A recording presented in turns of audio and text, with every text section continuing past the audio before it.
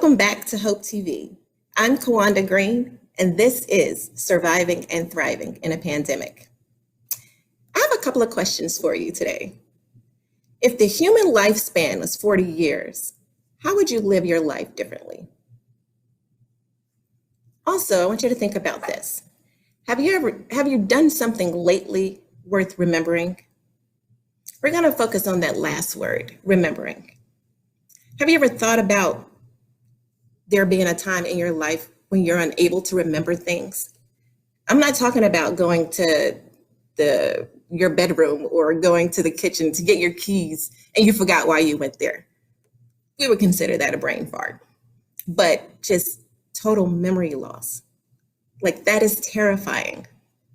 Today, we're going to talk about a progressive disease that destroys memory and other important mental functions.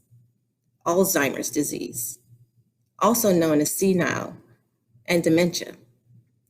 Did you know that more than 5 million Americans 65 years and older are living with Alzheimer's? That's in 2020.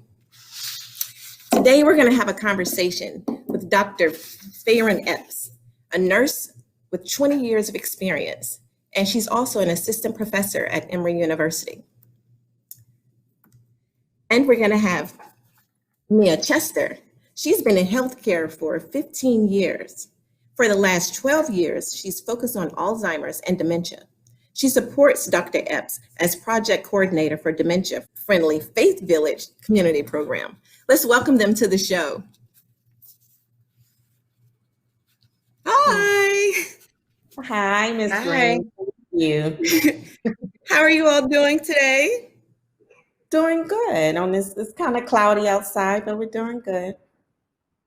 Doing well. Well, welcome to the show. Welcome to the show. Dr. Epps, I want to start with you. You're an educator in, let me just say this right, gerontological nursing. How do you say that? Yeah, it's okay. It's a tongue twister, gerontological nursing.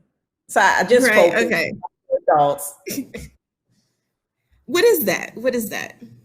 So it's really just focusing on improving health outcomes for older adults and their family members. So geriatrics, gero, they all fall into that category of older adults. Oh, okay. How long have you worked with patients with dementia? Oh, I mean, since my entire nursing career, because you come across those that are living with dementia in acute care, rehab, home health. So I've always encountered that. And it's just in the latter part of my years in my PhD training, it's when I started focusing more, once I seen how disproportionately it was impacting communities of color, especially African Americans. That's when I started focusing more to see what are those interventions, what things I could put in place to support my family and my community. Okay. What's the difference between Alzheimer's and dementia? So I'll let Mia. Yeah. Okay. It's connected. There is a difference, and Mia she provides a good illustration of that. So I'll let Mia take that over. Okay. Sure. So I think the easiest way to think about it is dementia is a general category, also referred to sometimes umbrella term, that affects different major parts of our activities of living. So dementia is that general category that affects thought, mood, behavior, language, and judgment. And Alzheimer's disease is the most common form of dementia. So a person has many different types of dementias, but they can have more than one type of dementia.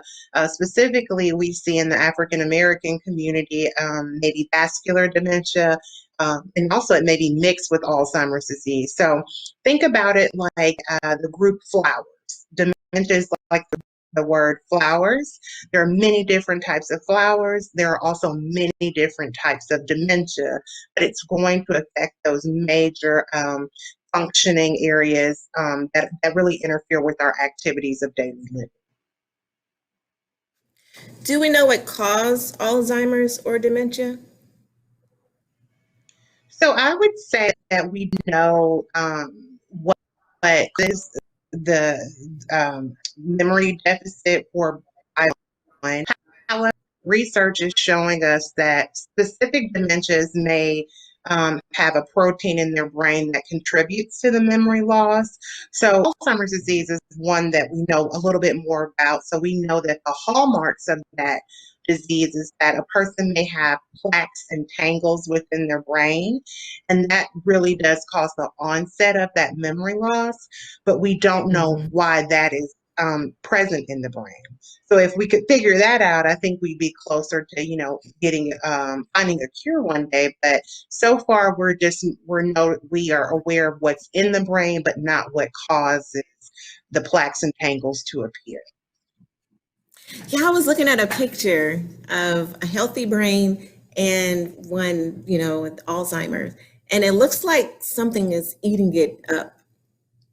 Like there are like Yeah. patches like missing, and Right. what So is it that? does cause the shrink. What we call that is atrophy of the brain, and it causes the brain to shrink in size. So one way to think about it, and that's actually a very good visual, Kawanda, a healthy brain that looks normal, and then a brain that may have Alzheimer's disease is going to be much smaller in size.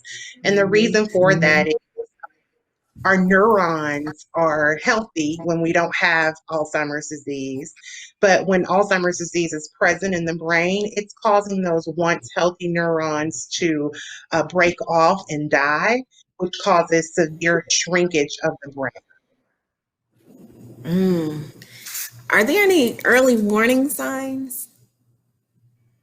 Yeah, yes. And Dr. Epson, I do a lot of work with churches on recognizing some of the warning signs. So I'm glad you asked that question because it is important to know what's going to be normal age related memory loss versus what is not normal. So things like becoming lost, memory loss that disrupts daily life. So a person may have trouble with their Mm, long-term memory.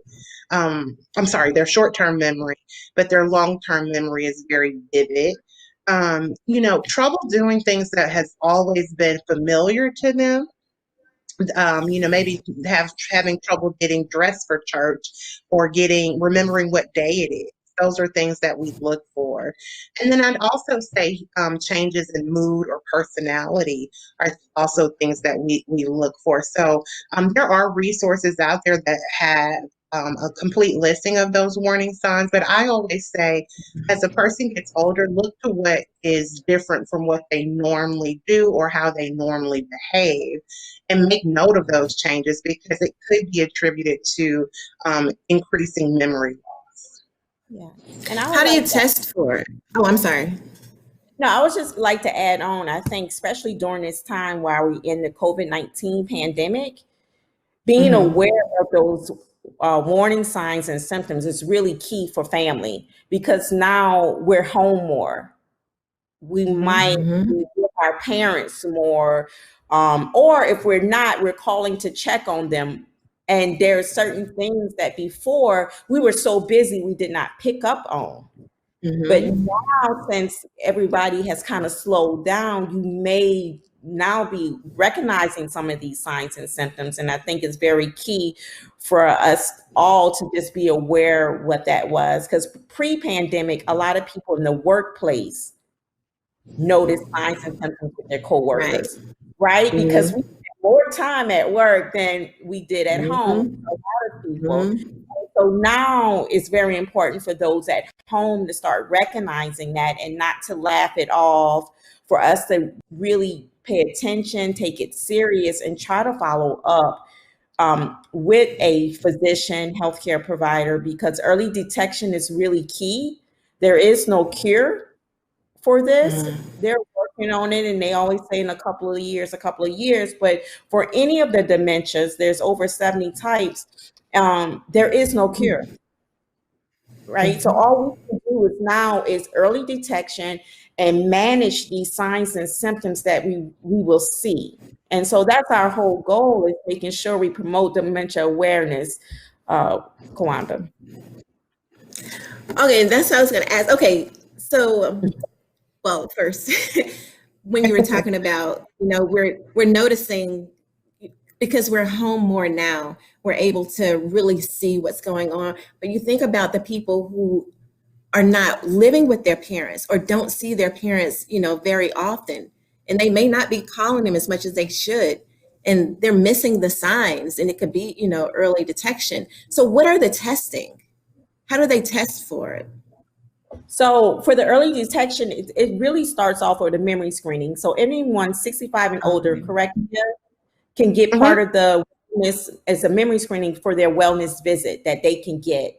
Some physicians, providers they're still not offering it. And so we need to ask for it. And so that's one of the first things. That's an indicator right there. And if that is abnormal, then there's a further testing, which we call a battery of tests that can be done, where it's more just filling out things, them testing memory, dates, and it's Mia, if you remember what Mia said, it's not just remembering what happened yesterday, it's also your executive function.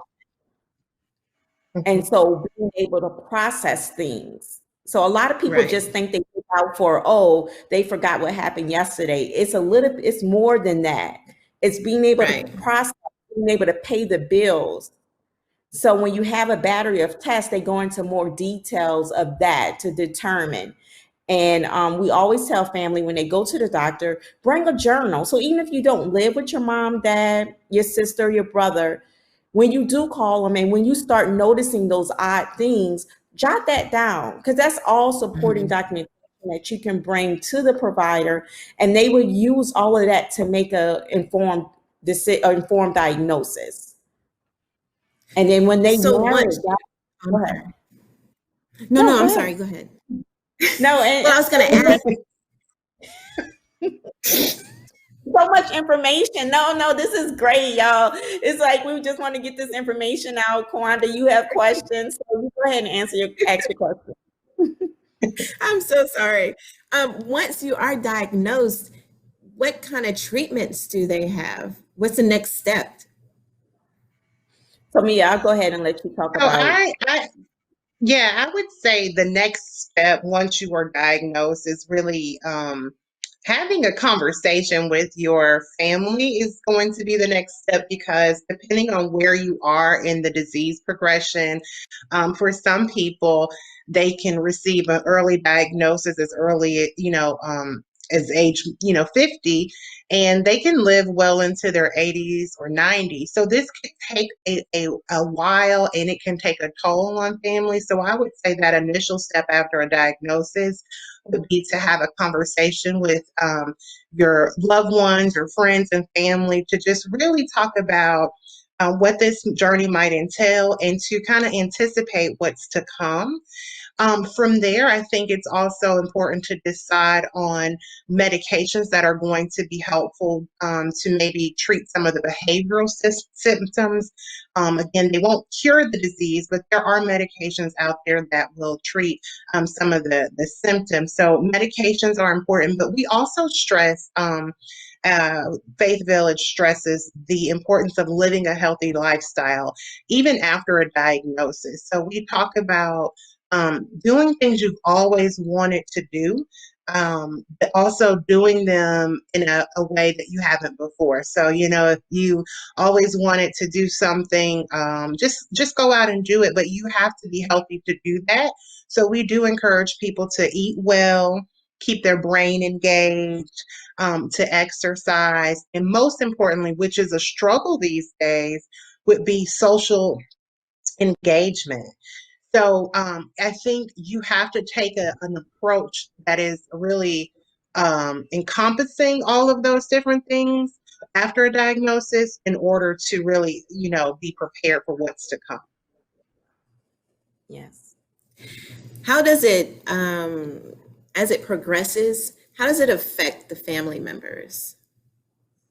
I think it affects the family members in different ways, because when we go out and we educate the community, we'll always tell people, you've met one person with dementia, you've only met one person with dementia. And that means each family will go through different things. Each family has a different journey. So some families I've noticed they accept the diagnosis and things move forward and they put things in place. They put a lot of life planning activities in place. But then we have some families where there's some denial in there. And then that's where you'll see the struggle. Because if the person with dementia have acknowledged it and accepted their diagnosis, but the family members haven't, then we have a struggle because they still gonna think, well, mom could do that. Why she keep playing? And that's part of that denial, not accepting that. And then that makes the journey a little bit harder versus accepting the diagnosis, making sure you develop a care partner team. And so that's a team of folks that's going to come together to be there to support. And I want to say the church is part of the care partner team to provide those resources and support for this family so they can continue to live a meaningful and engaged life. I bet it's very difficult for the family. I was talking to a friend of mine, and he was telling me that long time ago, his grandfather had it, and his grandfather would just start beating on his chest. And then he would get very agitated and become aggressive. And he's like, he'd ask him, why are you beating on your chest? And he'd get very aggravated and just aggressive. Why do they do that? What causes the aggression?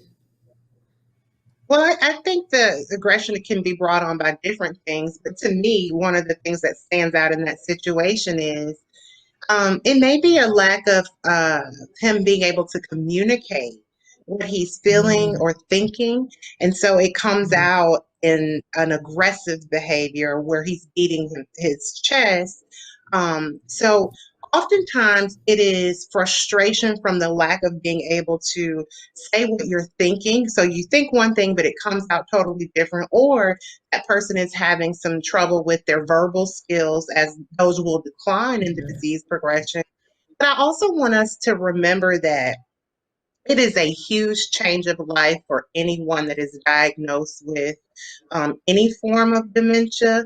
So it's going to be an emotional journey for both the person living with dementia as well as their family.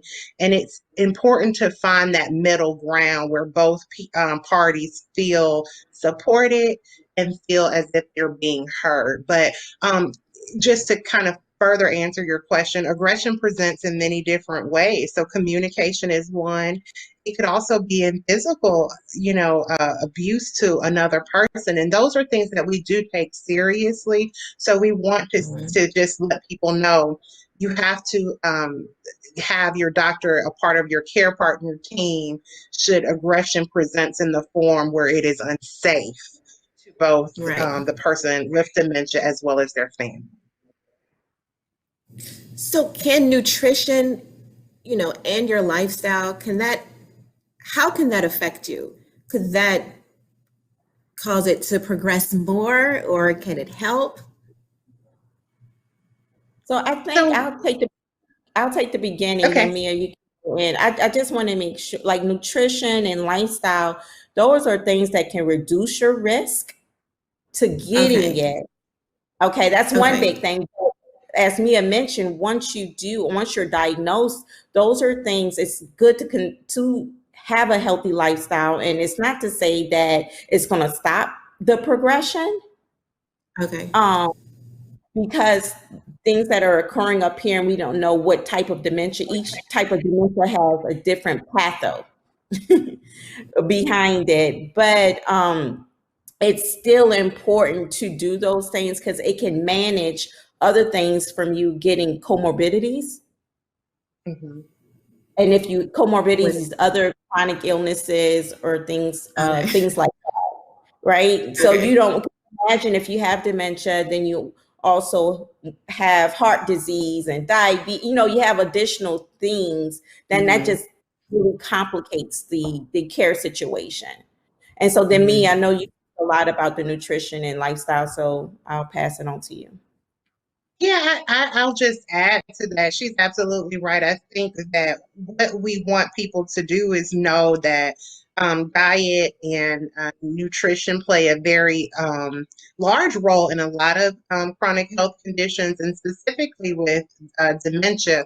We always use the word reduce the risk. So, having a healthful diet can reduce the risk of developing Alzheimer's disease and dementia. But we also say that, you can do everything, which is the most unfortunate part of this disease. You can eat healthy, you can exercise, but you still might develop it because at one point we would say, if you have a brain, you're at risk for Alzheimer's disease or dementia.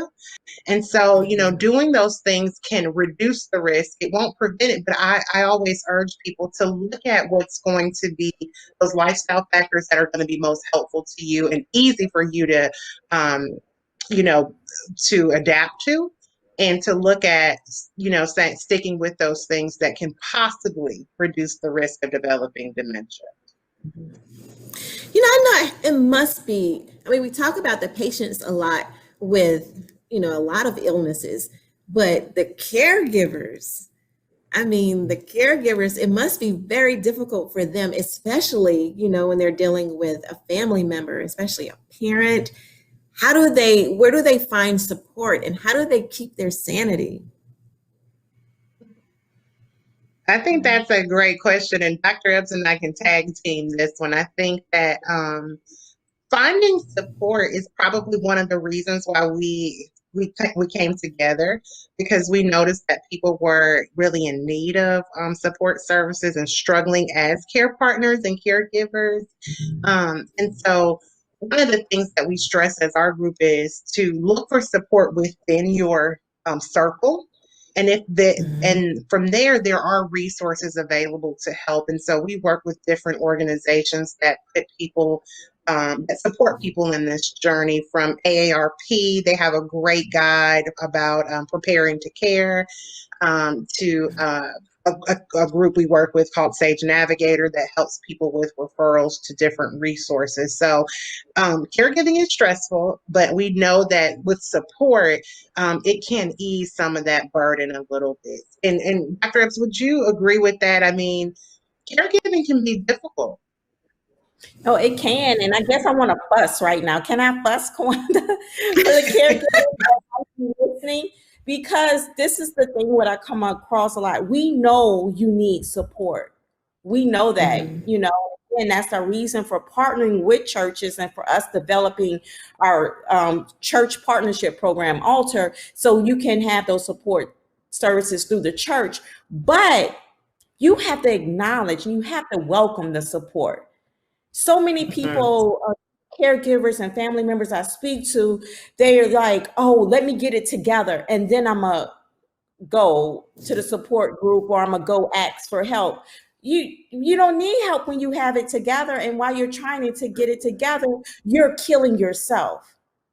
And so this is why it's so important. So for those family members that are listening, that is caring for someone living with dementia, call on somebody, pull in the resources, and don't give up if the first person you call don't understand or they don't do right. Don't give up there. Call the next person, call the church, we're trying to educate everybody so they will be aware. So when you do call, they know if it's just to listen, if it's just to come over for 2 hours so you can go to the grocery store or you can go to get your nails done, how much that would help. And so I really need caregivers to let people in. Don't be prideful. I know no one saw mama looking like this because now she wears 5 or 6 jackets and she doesn't do her hair. I say push all of that out the window because you need help. You cannot do this alone. Even long distance caregiving, that's a whole nother angle. And you have to pull people in for that, living in a distance. So that's my thing. I just wanted to fuss, but now I got it out. And so, resources and support is really key. And then self-care for that caregiver. It's really, really important. So many times, just last year, a wife ended up being diagnosed with brain cancer. Wow. And she had been to the doctor, nothing, because she was so focused on taking care of her husband. Oh, wow. Because so many times we hear how caregivers put their loved one in front. And I'm not saying nothing's wrong with putting them before you, but you totally neglect yourself. And that's the same thing with caring for kids. I have kids and I make sure they have their appointments, but don't ask me the last time I had my, so it's almost the same thing, when you're caring for your own kids and when you're caring for someone else, you have to also make sure you have time to take care of yourself so you can continue caring and making sure good people are in part of that care partner team. And again, welcome the support. Go ahead, Kawana. What is the Alter program? So the Alter program is part of you. So you hear us talking about Faith Village and Alter. So Faith Village is just a group of ladies. We got together and we wanted to educate churches and the African American community on dementia. And so part of this education, we've seen more stuff need to be done because education is great. Everybody say, yes, you got to be educated. And that's great. But we seen there was something that needed to happen further because we will leave, we'll educate the church and then we'll leave. And that would be it.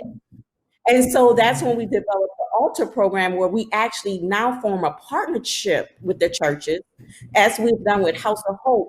So we can provide initiatives and activities that they can put in place at the church. So those family members who came to that education 2 years down the line, they might have not had anybody with dementia 2 years ago, but now they do. And now they know who to call. Now they feel comfortable coming to their leader, their faith leader, or coming to a certain ministry to ask for help. What should I do here?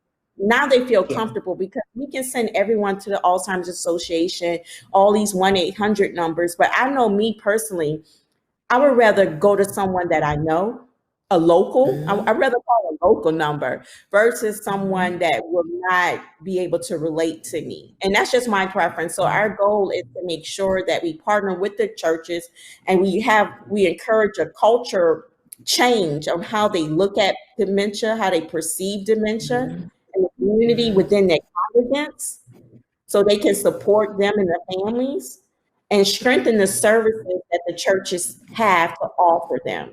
So many times, y'all, we hear where pastors get mad when someone stands up in the middle of their sermon or maybe yell out inappropriately, because we talked about earlier, there's certain aggressive behaviors and telling families don't come back to church.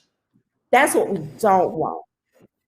We want to make sure that the families feel welcome and they know they can go there. And so that sums up the Alter program. That's what we do for the Alter. And we work with several churches in the metro area and outside of Georgia as well. Do you get pretty good support from the churches? Are they? Yeah, the churches that are interested, yes. So every church is not on their agenda, and we respect that. But those churches that are very interested in helping out their members, and if they've had deacons, deaconess, or members on the pulpit that experienced personally a dementia or their family member, they are really interested because they know what the journey is and they know how they didn't have support and they want to make sure that they have support. So we started partnering with churches in January of this year. And so far we have 9 churches. And I think that's really good to even say that during the pandemic, that didn't stop anything because this dementia is not going anywhere. The church is not going anywhere. And right now, people need the church more than ever. We always need the church, but right now, they really need the church. And so we work with churches to make sure they have things in place. You mentioned activities. You work with the churches to create these activities. What kind of activities do you all create?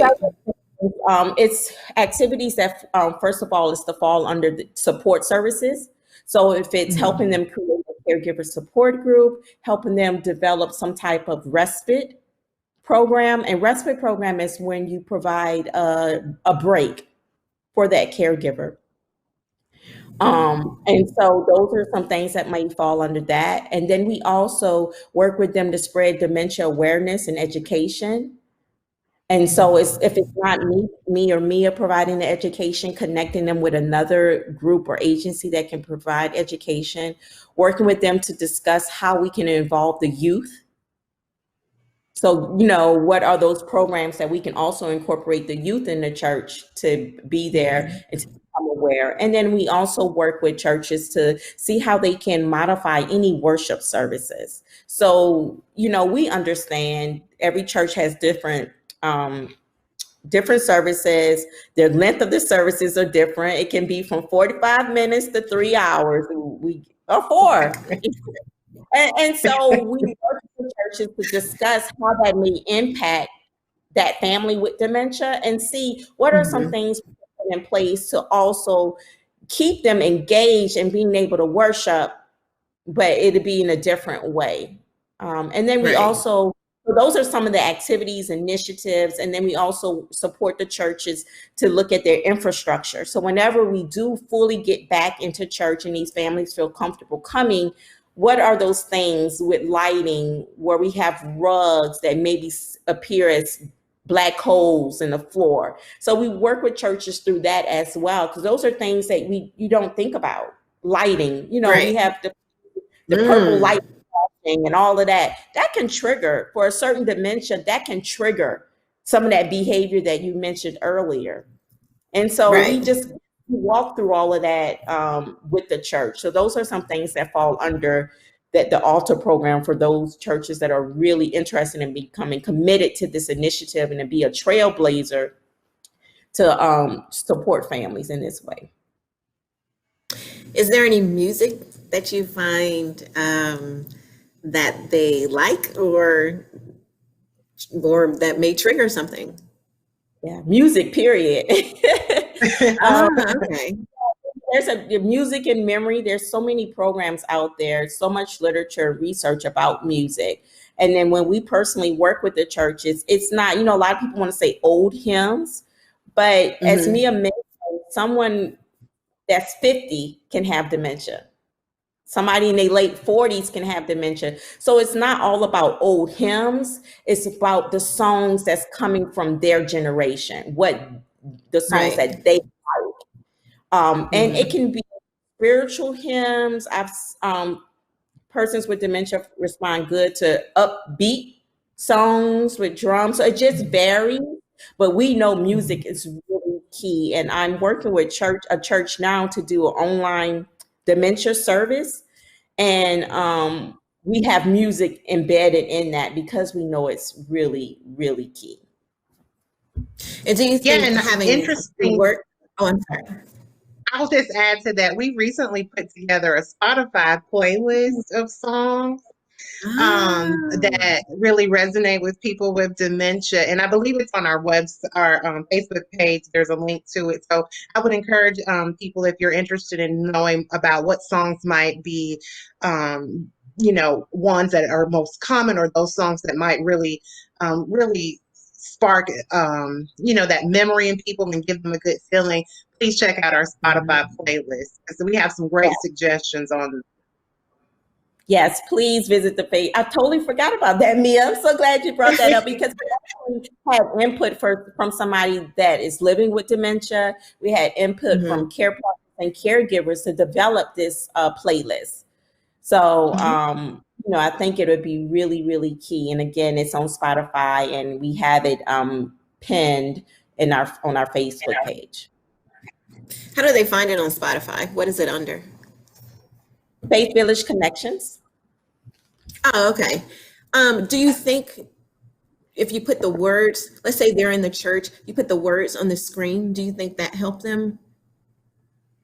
Absolutely. That's actually one of our recommendations for the worship service, to have that visual cue for people, whether it's a familiar scripture, but songs you can follow. This has been so awesome. I've gotten so much information from you all. Do you all have any words of encouragement or suggestions for some caregivers or patients or family and friends or just people in the church community? Any words of encouragement or? Final words. I think I'll start. The Yes. main, I you know, we know it's a journey, and I think I want families to know that we're here to help. So not just me and my team, but also us partnering with churches. We are making sure the churches are there to support them.